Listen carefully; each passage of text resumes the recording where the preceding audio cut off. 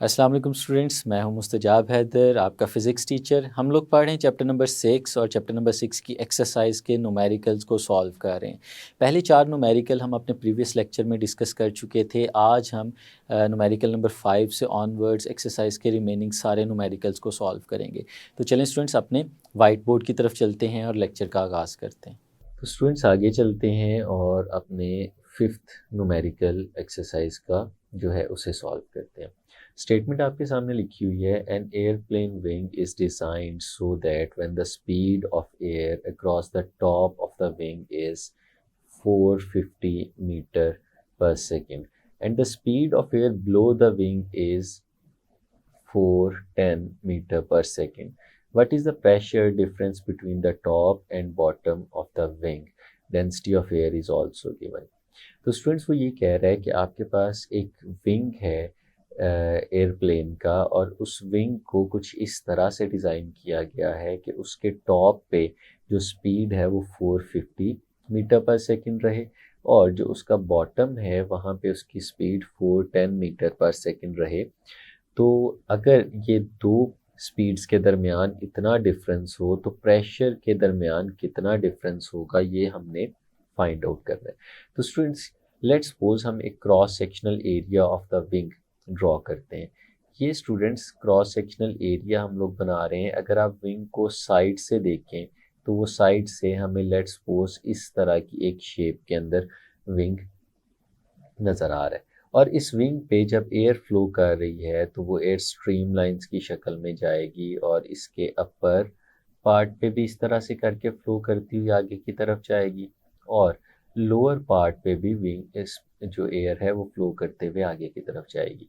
और स्टूडेंट्स, जब हम लोग ये चैप्टर पढ़ रहे थे तो हमने इस आर्टिकल में सीखा था कि जो लोअर पार्ट होता है वहाँ पे हम उसे इस तरह से डिज़ाइन करते हैं कि लोअर पार्ट पे जो स्पीड है वो कम हो जाए और अपर पार्ट पे स्पीड ज़्यादा हो जाए, क्योंकि अगर अपर पार्ट पे स्पीड ज़्यादा होगी तो वहाँ पे प्रेशर कम हो जाएगा, और लोअर पार्ट पे स्पीड कम होने की वजह से प्रेशर ज़्यादा हो जाएगा, और इस डिफरेंस इन प्रेशर की वजह से हमारा जो एयरप्लेन है उसमें लिफ्ट प्रोड्यूस होगी। लेट्स सपोज जो अपर पार्ट पे हमारी स्पीड है स्टूडेंट्स, हम उसे नाम दे देते हैं v1 का, और जो लोअर पार्ट पे हमारी स्पीड है स्टूडेंट्स, हम उसे नाम दे देते हैं V2 का। V1 जो है वो V2 से ज़्यादा है, जो हमें यहाँ पे बताया भी हुआ है। और स्टूडेंट्स, अगर हम हाइट्स की बात करें तो इन नॉर्मल हमें पता है कि हमारे जो कमर्शियल प्लेन्स हैं वो 30,000 फीट से ज़्यादा हाइट पे उड़ते हैं। 30,000 से लेके 38,000 फीट की हाइट तक हमारे जो कमर्शियल प्लेन्स हैं वो उड़ रहे होते हैं। तो अगर हम हाइट्स की बात करें तो ग्राउंड में बहुत नीचे से कहीं चलते हुए हाइट आएगी, और वो हाइट इस लोअर पार्ट ऑफ विंग पे अगर हम H2 कह लें और अपर पार्ट ऑफ विंग पे अगर हम उस हाइट को H1 कह लें, तो स्टूडेंट्स अगर हम इस डिफरेंस की बात करें तो ग्राउंड लेवल तो बहुत नीचे कहीं पे जाके आता है। इसी तरह से अगर इस हाइट की बात करें तो ये भी ग्राउंड लेवल से बहुत ज़्यादा। तो अगर यहाँ पे हम H1 और H2 का डिफरेंस देखते हैं वो तो हमें बहुत ज़्यादा फील हो रहा है, लेकिन अगर इसको कंपेयर करें ग्राउंड लेवल से तो हमारे पास ये डिफरेंस बहुत कम आता है। तो हम कह सकते हैं कि कैलकुलेशन में H1 और H2 के डिफरेंस ने कोई बहुत ज़्यादा रोल प्ले नहीं करना। तो हम लोग कह सकते हैं कि H1 is approximately equal to H2।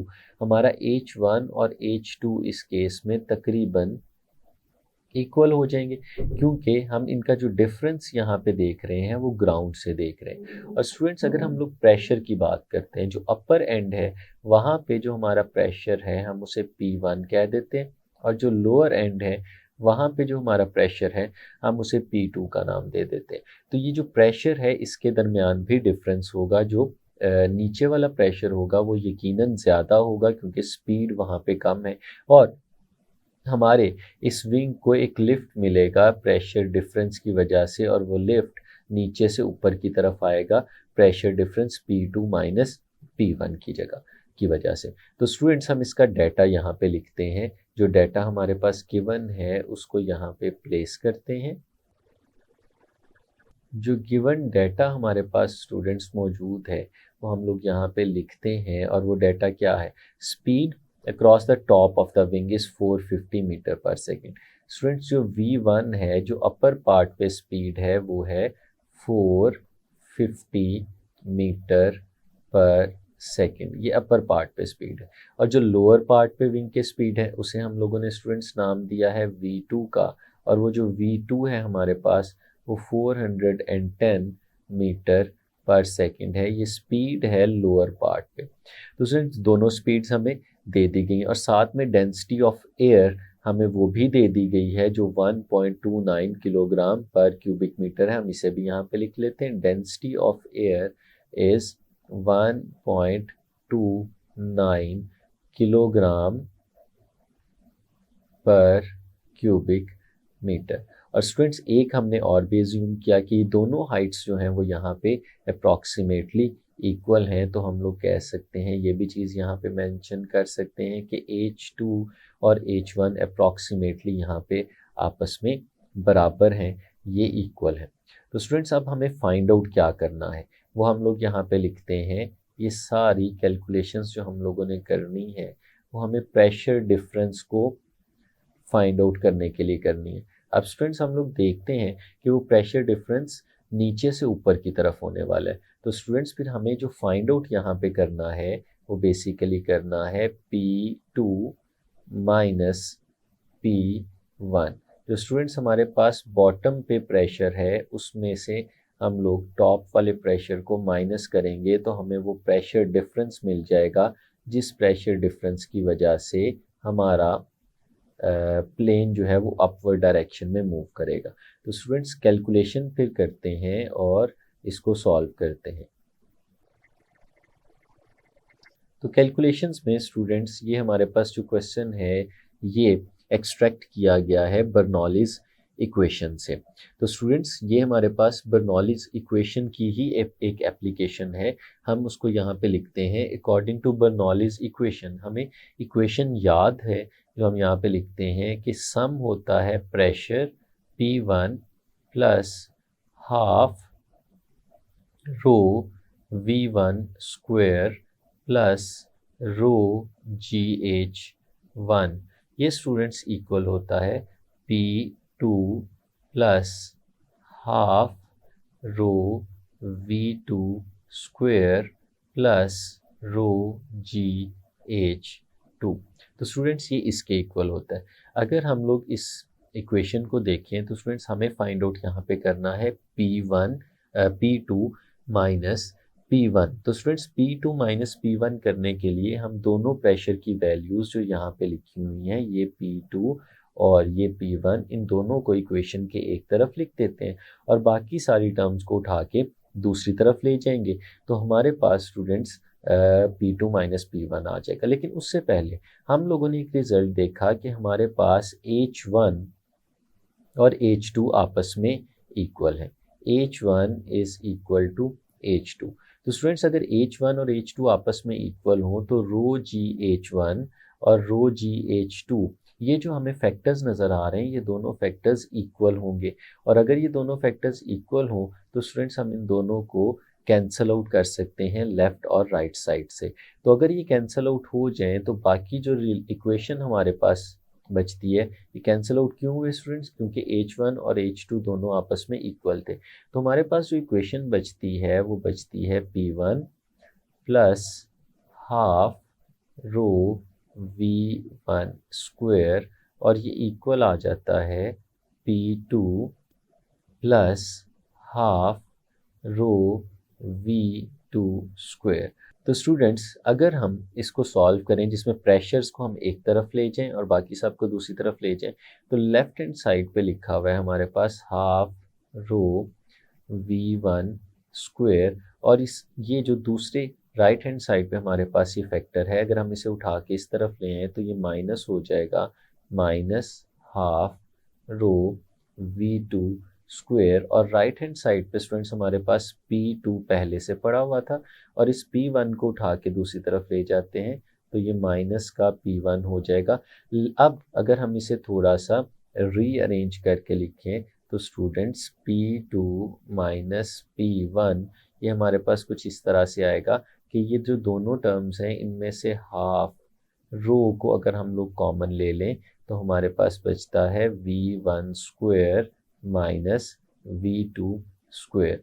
तो स्टूडेंट्स बहुत सिंप्लीफाइड फॉर्म में हमारे पास ये एक्सप्रेशन आ गया। अब हम इसके अंदर अपनी वैल्यूज़ को सब्सटीट्यूट कर देते हैं, 1/2 यानी हाफ, और जो रो की वैल्यू है वो है हमारे पास 1.29, उसे यहाँ पे सब्सटीट्यूट करते हैं और फिर ब्रैकेट के अंदर v1 स्क्वायर है, v1 की वैल्यू है हमारे पास स्टूडेंट्स 450 और हम इसका स्क्वायर लेंगे और फिर माइनस करेंगे v2 जिसकी वैल्यू है 410। तो स्टूडेंट्स हम इसका भी स्क्वायर करेंगे और इस ब्रैकेट को क्लोज कर देंगे।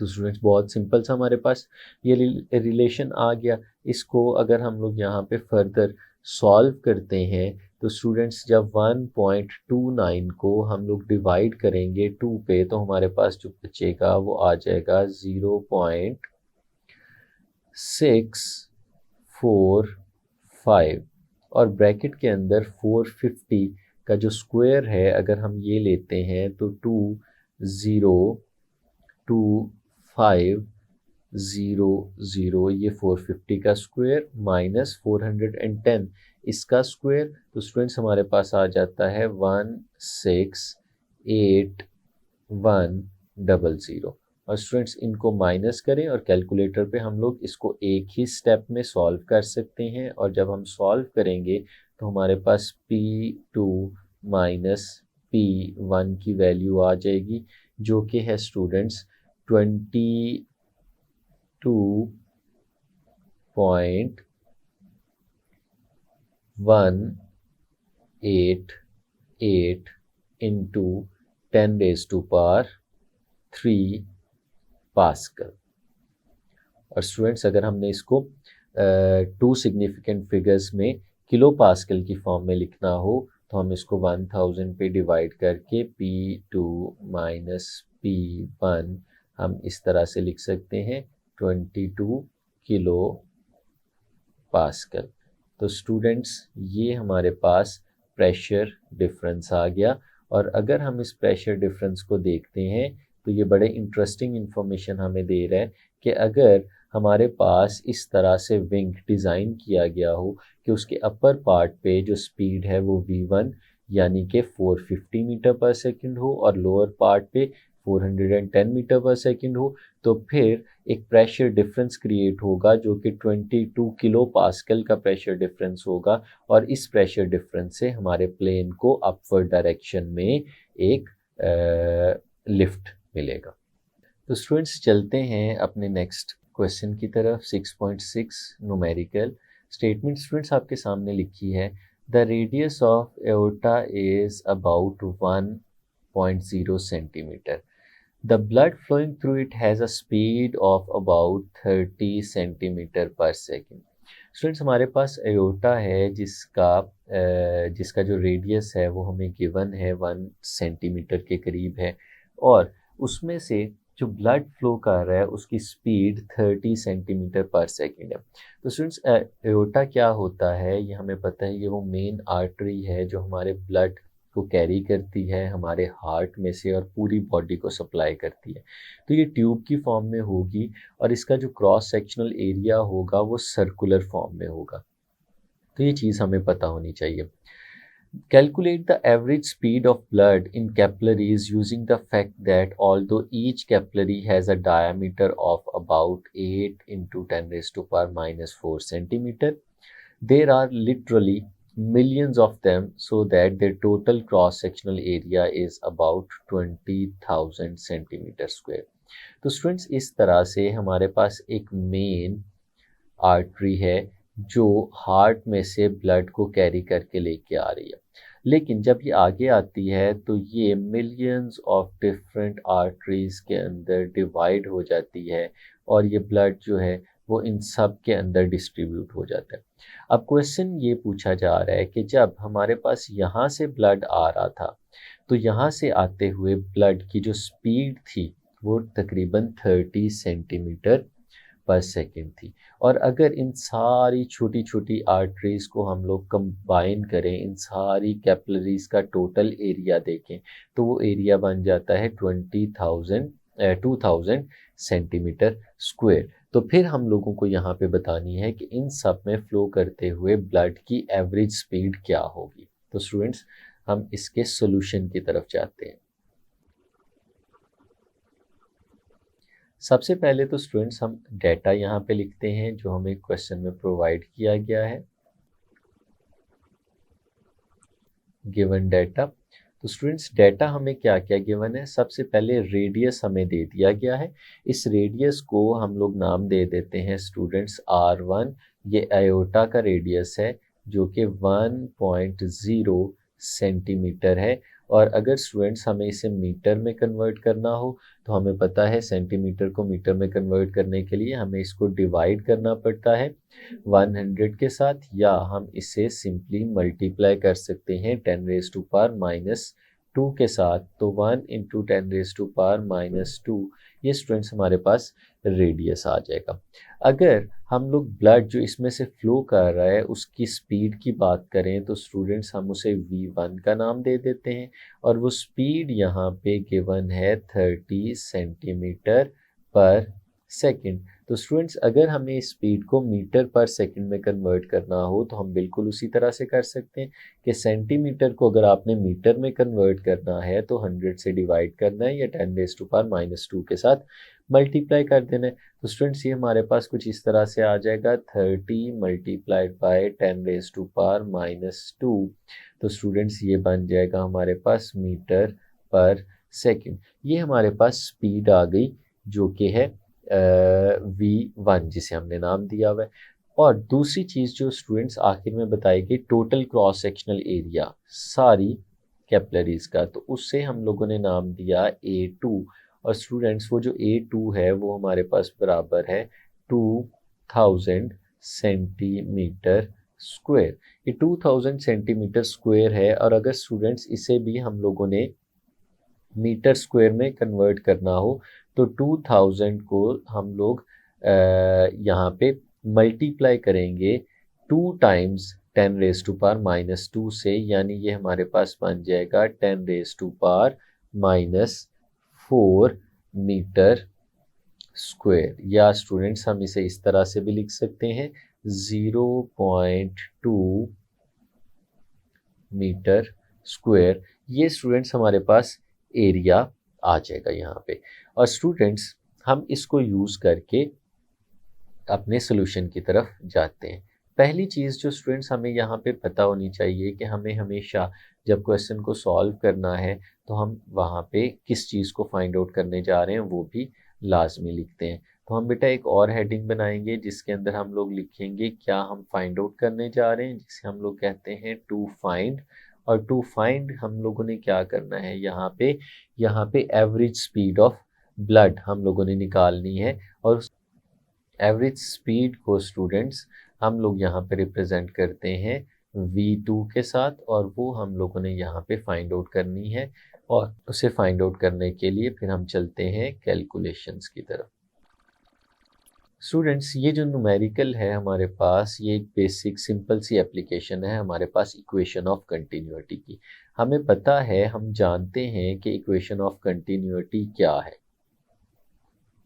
जिसमें हमने देखा था कि product of area, cross sectional area and speed remains constant. A1 V1 is equal to A2 और V2। ये प्रोडक्ट स्टूडेंट्स हमेशा कांस्टेंट रहता है। अब इस केस में A1 जो है ये हमारे पास एरिया है हमारे एओर्टा का, और A2 जो है वो कंबाइंड एरिया है आगे निकलने वाली millions and millions of capillaries का। अगर हम उसके कंबाइंड एरिया की बात करें तो वो A2 है हमारे पास। और स्टूडेंट्स, यहाँ पे हम लोगों को क्या फाइंड आउट करना है, हम लोगों को फाइंड आउट करनी है एवरेज स्पीड, जिसे हम लोगों ने V2 का नाम दिया हुआ है। तो हम इसे रीअरेंज कर लेंगे A1 V1, और ये जो A2 मल्टीप्लाई हो रहा है स्टूडेंट्स, ये दूसरी तरफ आके डिवाइड हो जाएगा, तो हमारे पास कुछ ऐसा एक्सप्रेशन बन जाएगा। और स्टूडेंट्स, अगर हम इसे फर्दर सॉल्व करते हैं तो हम कह सकते हैं कि हमारे पास जो V2 है किसके इक्वल है। अब स्टूडेंट्स एरिया A1 तो हमें गिवन नहीं है, लेकिन हमें R1 गिवन है और हमें पता है क्योंकि ये सर्कुलर है, तो सर्कुलर क्रॉस सेक्शनल एरिया को हम इस तरह से फाइंड आउट कर सकते हैं कि a area is equal to pi r square होता है। तो इस केस में वो पाई R1 स्क्वायर आ जाएगा इस A1 की जगह पे। साथ में स्टूडेंट्स जो V1 है वो इसी तरह से लिखा रहेगा और हम इसे डिवाइड कर देंगे A2 के साथ। तो स्टूडेंट्स अब हम देखते हैं कि इस एक्सप्रेशन में मौजूद सारी वैल्यूज़ हमारे पास मौजूद हैं, तो हम उन वैल्यूज़ को सब्सटीट्यूट कर देते हैं। पाई इसी तरह से लिखा रहने देंगे। जो R1 है उसकी वैल्यू है हमारे पास 1 इंटू 10⁻⁻², और स्टूडेंट्स ये इसका स्क्वायर आ जाएगा। और साथ में V1 लिखा हुआ है जिसकी वैल्यू है हमारे पास 30 इंटू 10⁻⁻²। स्टूडेंट्स इसको इसी तरह से लिख देंगे और इन दोनों टर्म्स को हम लोग डिवाइड करेंगे A2 पे, जो कि है हमारे पास 0.2। तो स्टूडेंट्स ये हमारे पास यहाँ पे रिलेशन बनता हुआ नज़र आ गया है। अगर इसको हम सॉल्व करने की तरफ जाते हैं तो स्टूडेंट्स बड़ी आसानी से हम इसे सॉल्व कर सकते हैं, बिल्कुल इसी तरह से जैसे यहाँ पे लिखा हुआ है। आप कैलकुलेटर से इन सारी वैल्यूज़ को अगर मल्टीप्लाई करते हैं तो आपके पास न्यूमरेटर के अंदर जो आंसर आता है वो आता है 942 इंटू 10⁻⁻⁶, और डिनोमिनेटर में स्टूडेंट्स हमारे पास पड़ा हुआ है 0.2। और फिर स्टूडेंट्स जब हम इन्हें डिवाइड करेंगे तो हमारे पास जो आंसर आ जाएगा वो कुछ इस तरह से बनेगा 4.71 इंटू 10⁻⁻⁴।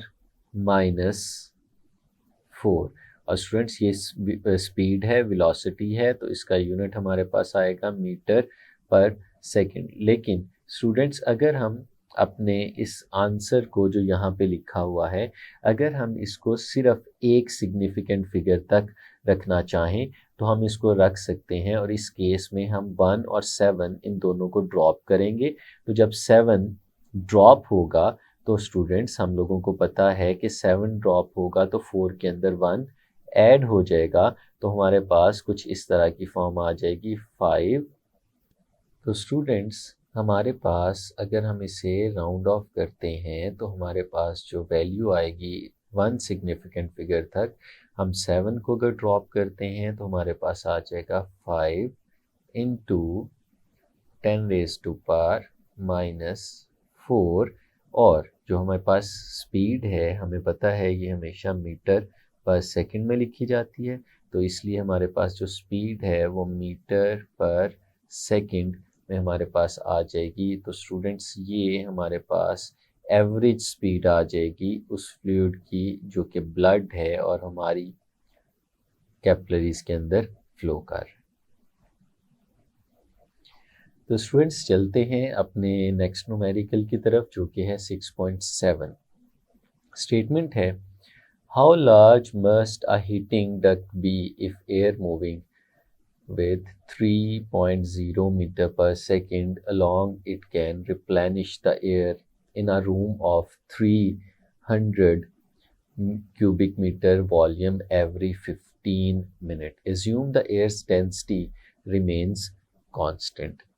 तो स्टूडेंट्स ये कह रहा है कि एक हीटिंग डक्ट है, एक कमरा है, एक रूम है, लेट्स सपोज इस साइज का एक रूम है, और स्टूडेंट्स इस रूम का जाहिर सी बात है कुछ ना कुछ स्पेसिफिक अमाउंट का वॉल्यूम होगा।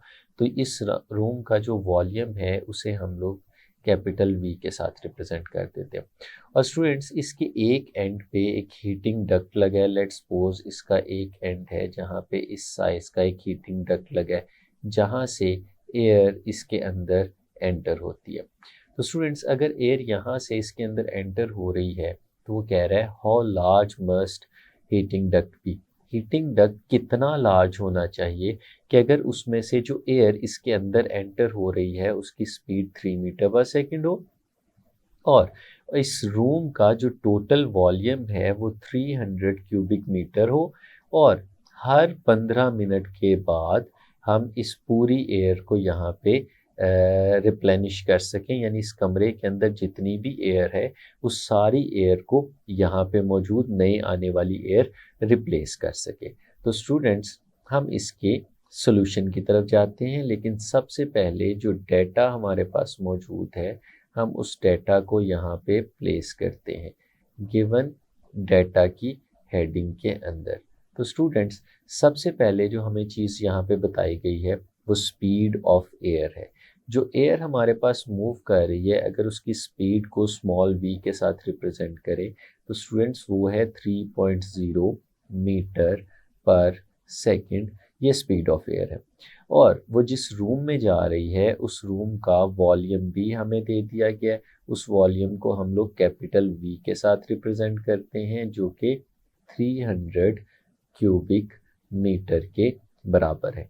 और जो टाइम लग रहा है इसको कंप्लीटली फिल करने में वो है स्टूडेंट्स 15 मिनट। और हमें पता है कि हम मिनट्स में तो अपनी कैलकुलेशंस नहीं कर सकते, हमें इसको कन्वर्ट करना है सेकंड्स में। तो मिनट्स को सेकंड्स में किस तरह से कन्वर्ट किया जा सकता है? हमें पता है कि एक मिनट में 60 सेकंड्स होते हैं, इसलिए हम इसे 60 के साथ मल्टीप्लाई कर देंगे और ये हमारे पास स्टूडेंट्स आंसर आ जाएगा 900 सेकंड्स। यानी 900 सेकंड में हमने कंप्लीट रूम में मौजूद सारी एयर को रिप्लेनिश करना है। तो स्टूडेंट्स, इसके डेटा को तो हम लोगों ने लिख लिया, अब आगे चलते हैं और क्या हमें फाइंड आउट करना है वो हम यहाँ पे लिखते हैं। तो स्टूडेंट्स, पूछा ये गया है कि how large must a heating duct be, यानी इसके अंदर जो एंटर होने के लिए, एयर के एंट्रेंस के लिए हमने हीटिंग डक्ट बनाया हुआ है, उस हीटिंग डक्ट का साइज क्या होना चाहिए, और उस साइज को हम लोग इन टर्म्स ऑफ रेडियस यहाँ पे फाइंड आउट करेंगे। साइज ऑफ हीटिंग डक्ट, हमें size of heating duct find out करना है और हम उसको इन टर्म्स ऑफ रेडियस देख रहे हैं कि हमारे हीटिंग डक्ट का रेडियस क्या होगा। तो स्टूडेंट्स, चलते हैं और इसकी कैलकुलेशंस को देखते हैं। तो स्टूडेंट्स, इसकी कैलकुलेशन में हमें पता है, हम जानते हैं कि यहाँ पे ये रिलेशन होना चाहिए फ्लो रेट का। हमें पता होना चाहिए कि कितना फ्लो रेट, कितना वॉल्यूम इसके अंदर एंटर हो रहा है। और हमें पता है कि जो प्रोडक्ट होती है दो चीज़ों की, एरिया और स्पीड, ये होती है कांस्टेंट, और वो कांस्टेंट हमारे पास इक्वल होता है volume per unit time. Students, ये एक्सप्रेशन हम लोगों ने सीखा था इक्वेशन ऑफ कंटिन्यूटी के अंदर कि product of cross sectional area and speed is always constant, और वो जो कांस्टेंट होता है वो वॉल्यूम पर यूनिट टाइम के इक्वल होता है। स्टूडेंट्स, हम इसको थोड़ा सा और सिंप्लीफाई करके भी लिख सकते हैं कि इस केस में अगर हम बात करें, क्योंकि ये सर्कुलर है तो हमारे पास जो एरिया है वो इस केस में इक्वल आएगा पाई आर स्क्वायर के, और साथ में v इसी तरह से लिखा रहा, और राइट साइड पे हमारे पास आ जाएगा वॉल्यूम ओवर टाइम। तो स्टूडेंट्स, हमें यहाँ पे r फाइंड आउट करना है, तो हम r स्क्वायर को यहीं पे लिखा रहने देते हैं और बाकी सारी टर्म्स को उठा के दूसरी तरफ ले जाते हैं।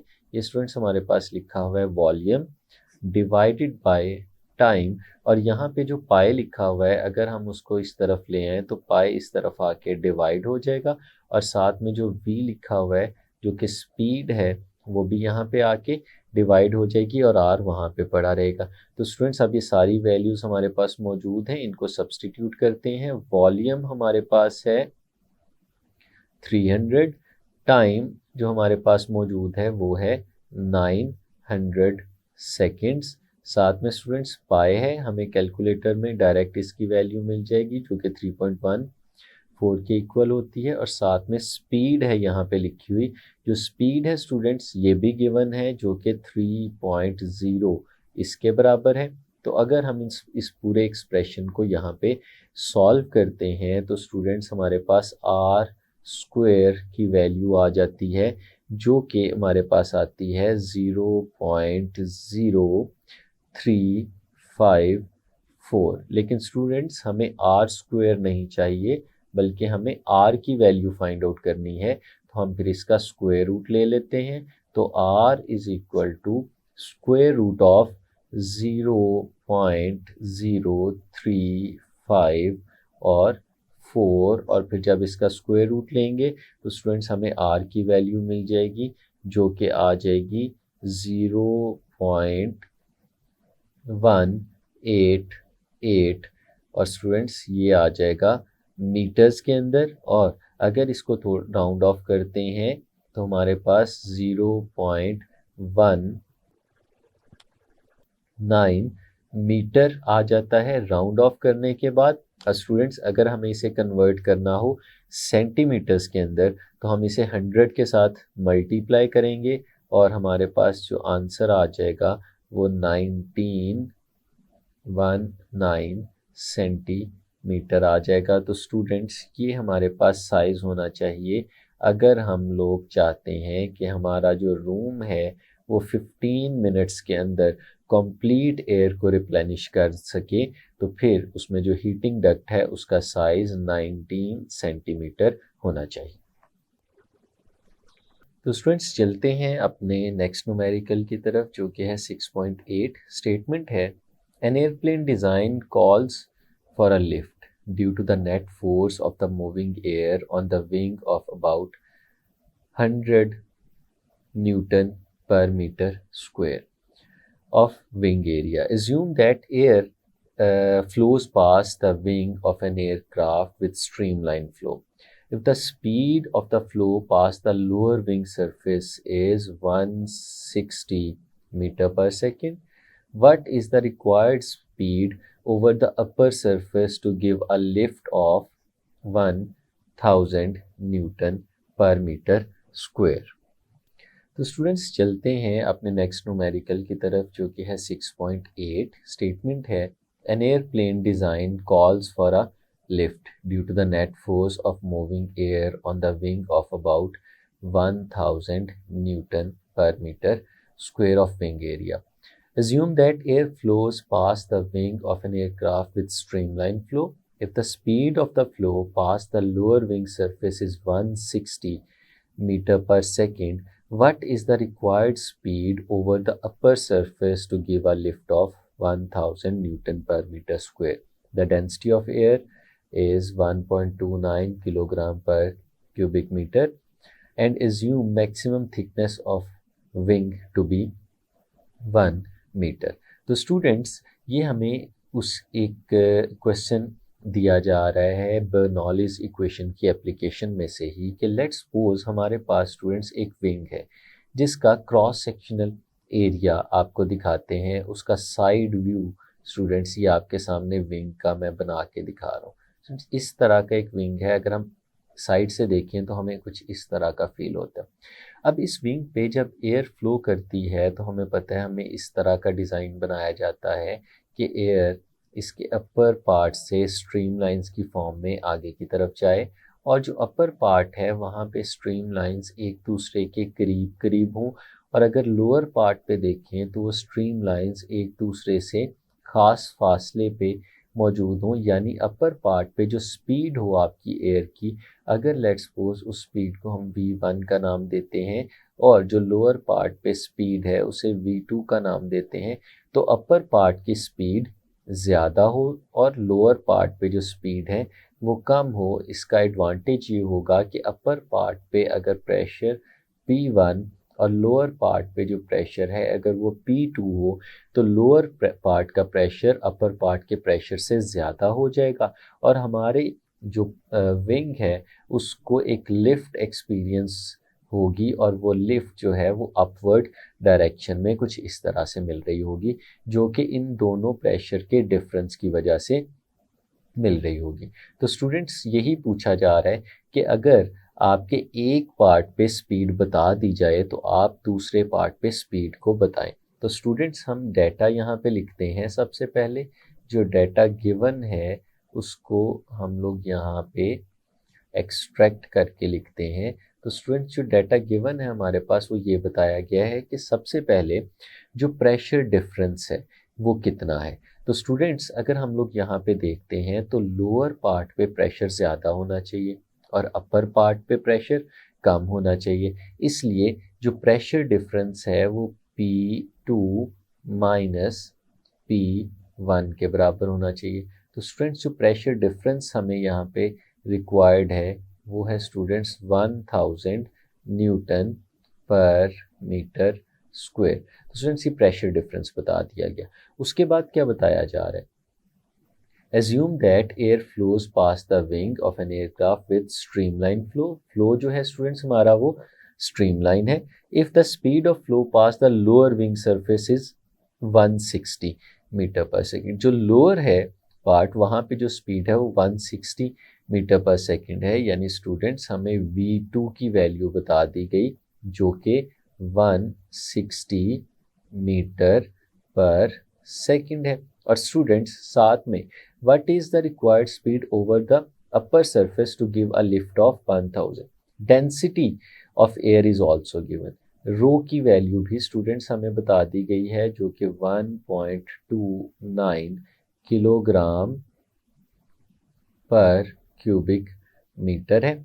Assume that maximum thickness of wing to be 1 metre. और स्टूडेंट्स हमारे विंग की जो मैक्सिमम थिकनेस है यानी जो हाइट्स का डिफरेंस है नीचे लोअर पार्ट और अपर पार्ट पे जो हमारे विंग की हाइट का डिफरेंस है स्टूडेंट्स वो भी हमें बता दिया गया है।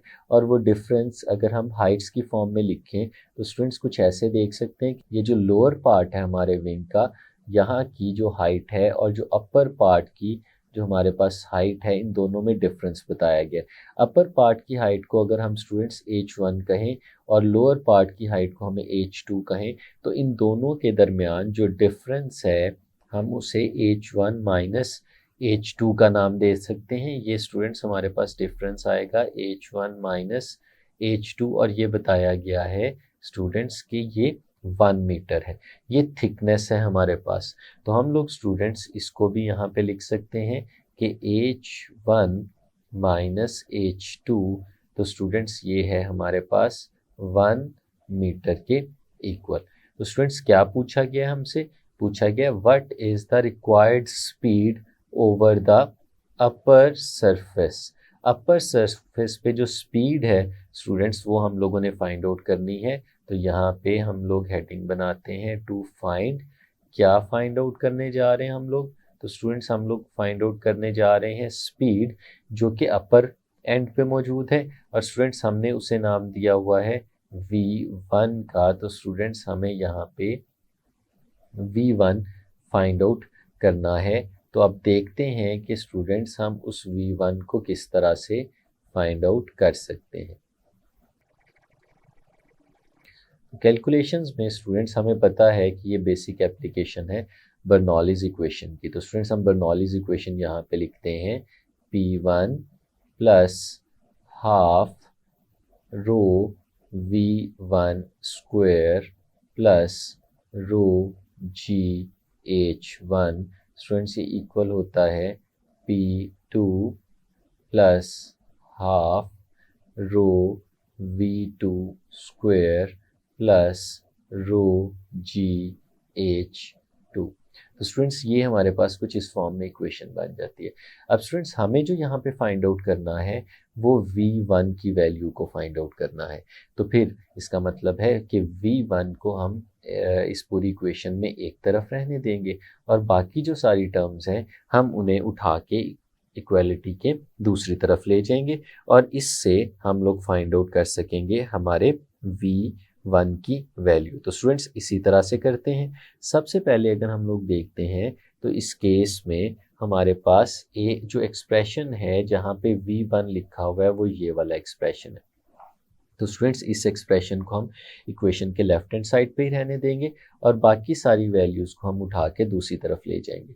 तो स्टूडेंट्स यहाँ पे हमारे पास बचेगा हाफ रो v1 स्क्वायर। इसे स्टूडेंट्स हम लोगों ने यहाँ पे रहने दिया और बाकी सारी टर्म्स को उठा के दूसरी तरफ लेके जा रहे हैं। स्टूडेंट्स पहले लिखा हुआ है वहाँ पे p2 और ये जो p1 हमारा लेफ्ट साइड पे मौजूद था हम इसे राइट साइड पे ले जाते हैं, तो p2 माइनस p1 स्टूडेंट्स ये बच जाता है हमारे पास।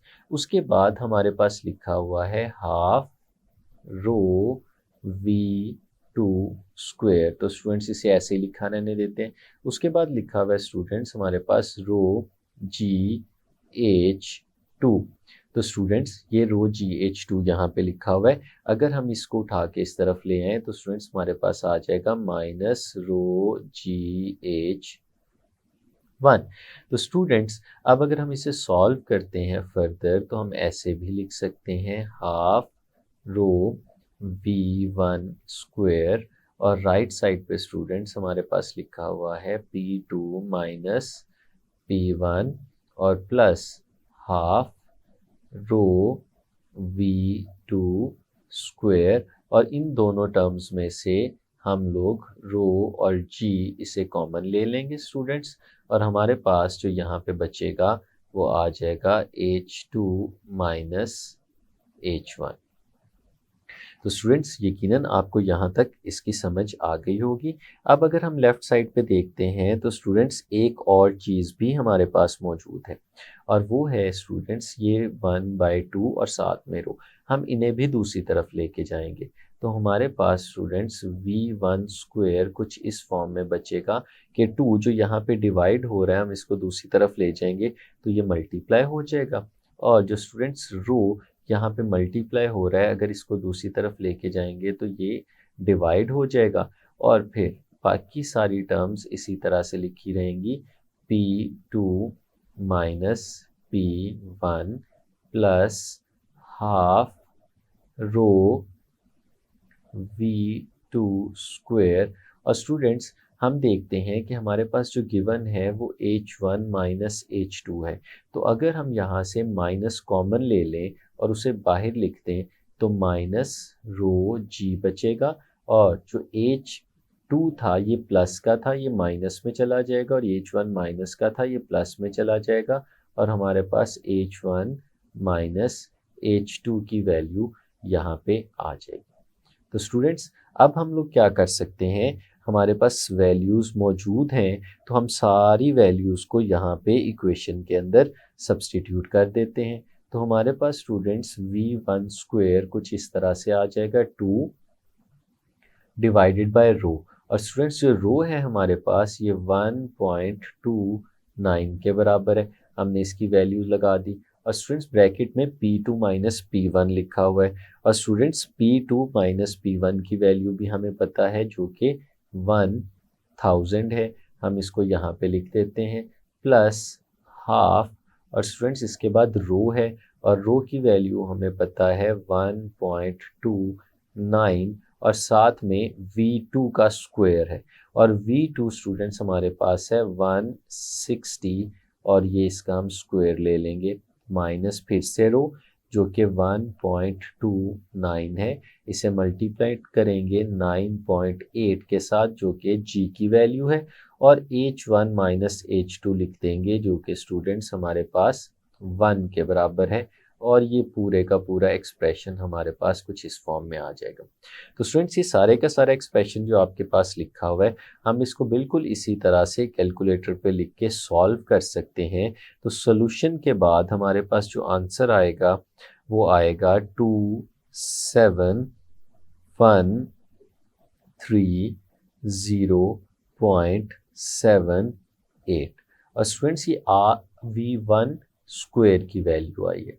तो अगर हम लोग v1 फाइंड आउट करना चाहें तो हम इसका स्क्वायर रूट ले लेंगे, और स्क्वायर रूट ऑफ 2713.78, तो स्टूडेंट्स इस पूरी वैल्यू का जब हम स्क्वायर रूट लेते हैं तो हमारे पास आंसर आ जाता है 164.7 मीटर पर सेकेंड। और स्टूडेंट हम अगर इसे राउंड ऑफ करते हैं तो इसको ऐसे भी लिखा जा सकता है 165 मीटर पर सेकेंड। तो स्टूडेंट्स ये हमारा फाइनल आंसर आ जाता है कि अगर हम लोग चाहते हैं कि 1000 न्यूटन पर मीटर स्क्वायर का लिफ्ट प्रोड्यूस हो, तो उसके लिए हमारे पास अगर अपर एंड के ऊपर स्पीड 165 मीटर पर सेकंड और लोअर एंड पे स्पीड 160 मीटर पर सेकंड मेंटेन करेंगे तो फिर ऐसा पॉसिबल हो सकता है। तो स्टूडेंट्स चलते हैं अपने इस एक्सरसाइज के आखिरी न्यूमेरिकल की तरफ जो कि है 6.9। स्टूडेंट्स अगर इसकी स्टेटमेंट देखें, what gauge pressure is required in the city mains for a stream from a fire hose connected to the mains to reach a vertical height of 15 metre. Students आपने देखा होगा कि अगर शहरों में किसी जगह पे आग लग जाए और उस आग को बुझाने के लिए वहाँ पे फायर होज इस्तेमाल करते हैं। फायर ब्रिगेड की जो गाड़ियाँ हैं वो पानी जो है उसे होज के थ्रू उस जगह पे थ्रो करती हैं जहाँ पे आग लगी हो। तो स्टूडेंट्स हमारे सिटी के मेंस में से पानी चाहिए और वो वाटर जो है हमने 15 मीटर की हाइट तक पहुँचाना है। अगर इस हाइट तक आपने पानी को पहुँचाना हो तो फिर आपने ये बताना है कि कितना गेज प्रेशर रिक्वायर्ड होगा। तो स्टूडेंट्स जो डेटा हमारे पास यहाँ पे गिवन है उसे लिख लेते हैं। गिवन डेटा के अंदर स्टूडेंट्स हमें सिर्फ एक ही चीज़ बताई गई है कि कितनी हाइट को हम लोगों ने अचीव करना है। यानी अगर हम हाइट की बात करें तो स्टूडेंट्स वो हाइट दो हाइट्स के दरमियान डिफरेंस होगा h1, दो हाइट्स के दरमियान डिफरेंस होगा h1 माइनस h2 और वो स्टूडेंट्स हमारे पास है यहाँ पे 15.0 मीटर। ये स्टूडेंट्स हाइट है। और एक हम लोगों ने पिछले न्यूमेरिकल में भी सीखा था कि जब भी वाटर की बात होगी तो वाटर की डेंसिटी जो है स्टूडेंट्स हमें इसे मेमोराइज करना है, हमें इसे ज़ुबानी याद रखना है जो कि 1000 किलोग्राम पर क्यूबिक मीटर के बराबर होती है। तो स्टूडेंट्स ये हमें पता होना चाहिए।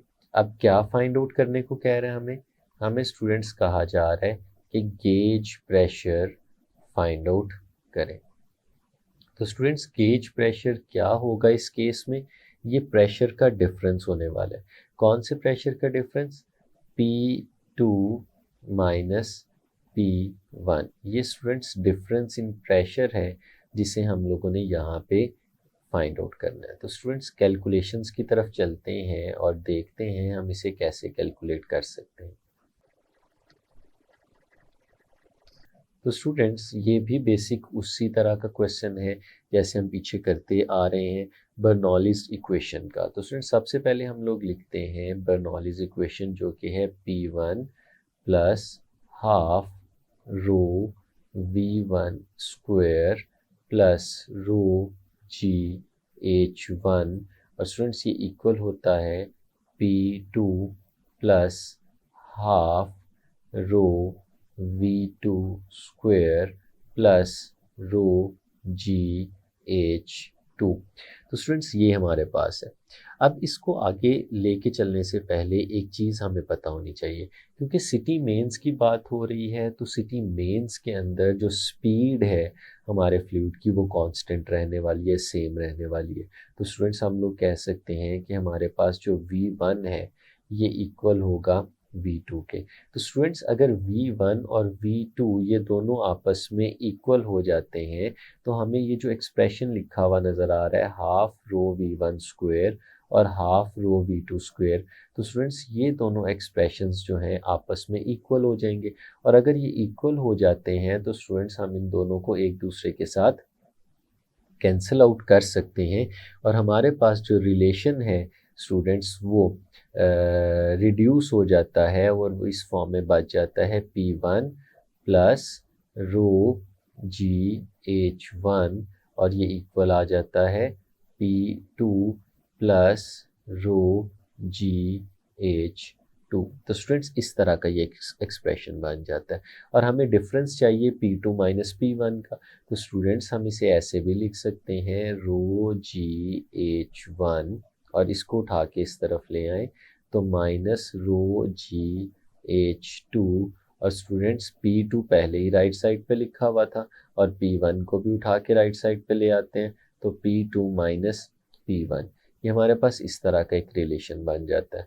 स्टूडेंट्स अगर इसे रीअरेंज करें थोड़ा सा P2 माइनस P1 और जो स्टूडेंट्स हमारी ये वाली साइड है, अगर यहाँ से आप रो और जी इन दोनों को कॉमन ले लेते हैं तो स्टूडेंट्स हमारे पास H1 माइनस H2 बच जाता है। तो स्टूडेंट्स आप देख सकते हैं कि जो राइट साइड हमें नज़र आ रही है, इस राइट साइड के ऊपर सारी वैल्यूज़ हमें पता है तो हम इन्हें सब्सटीट्यूट कर देते हैं। सबसे पहले रो जिसकी वैल्यू है हमारे पास 1000 और स्टूडेंट्स इसके साथ जी लिखा हुआ है जिसकी वैल्यू है 9.8 और H1 माइनस H2 ये भी गिवन है और इसकी वैल्यू है स्टूडेंट्स 15। हम ये वैल्यू भी यहाँ पे सब्सटीट्यूट कर देते हैं। तो जब ये सारी वैल्यूज़ यहाँ पे सब्सटीट्यूट करते हैं तो P2 माइनस P1 को हम बहुत आसानी से सॉल्व कर सकते हैं। जब इन्हें मल्टीप्लाई करेंगे तो स्टूडेंट्स हमारे पास आंसर आएगा 147 और 000 पास्कल। स्टूडेंट्स ये हमारे पास आंसर आ रहा है। और अगर इस आंसर को हम लोग साइंटिफिक नोटेशन में कन्वर्ट करके लिखें तो स्टूडेंट्स P2 माइनस P1 हम इस तरह से भी लिख सकते हैं कि ये 1.47 इंटू 10⁵ पास्कल ये बन जाता है। तो स्टूडेंट्स ये हमारे पास आंसर आ जाता है कि प्रेशर डिफरेंस हमारे पास इतना होना चाहिए अगर हम लोग चाहते हैं कि हमारे जो स्ट्रीम ऑफ वाटर है वो 15 मीटर की हाइट को अटेन कर सके। तो ये था स्टूडेंट्स हमारे पास चैप्टर नंबर 6। हमने इसकी सारी थ्योरी को भी कंप्लीट कर लिया, हम लोगों ने इसकी एक्सरसाइज को देखा, एग्जांपल्स को देखा और फाइनली हम लोगों ने इसकी एक्सरसाइज में जो न्यूमेरिकल प्रॉब्लम्स हैं हमने उन्हें भी सॉल्व कर लिया। उम्मीद है आपको ये चैप्टर बहुत अच्छे से समझ आया होगा, एग्जाम्पल्स भी न्यूमेरिकल भी। तो नेक्स्ट चैप्टर में मिलेंगे, तब तक के लिए इजाज़त दीजिए। अल्लाह हाफिज़।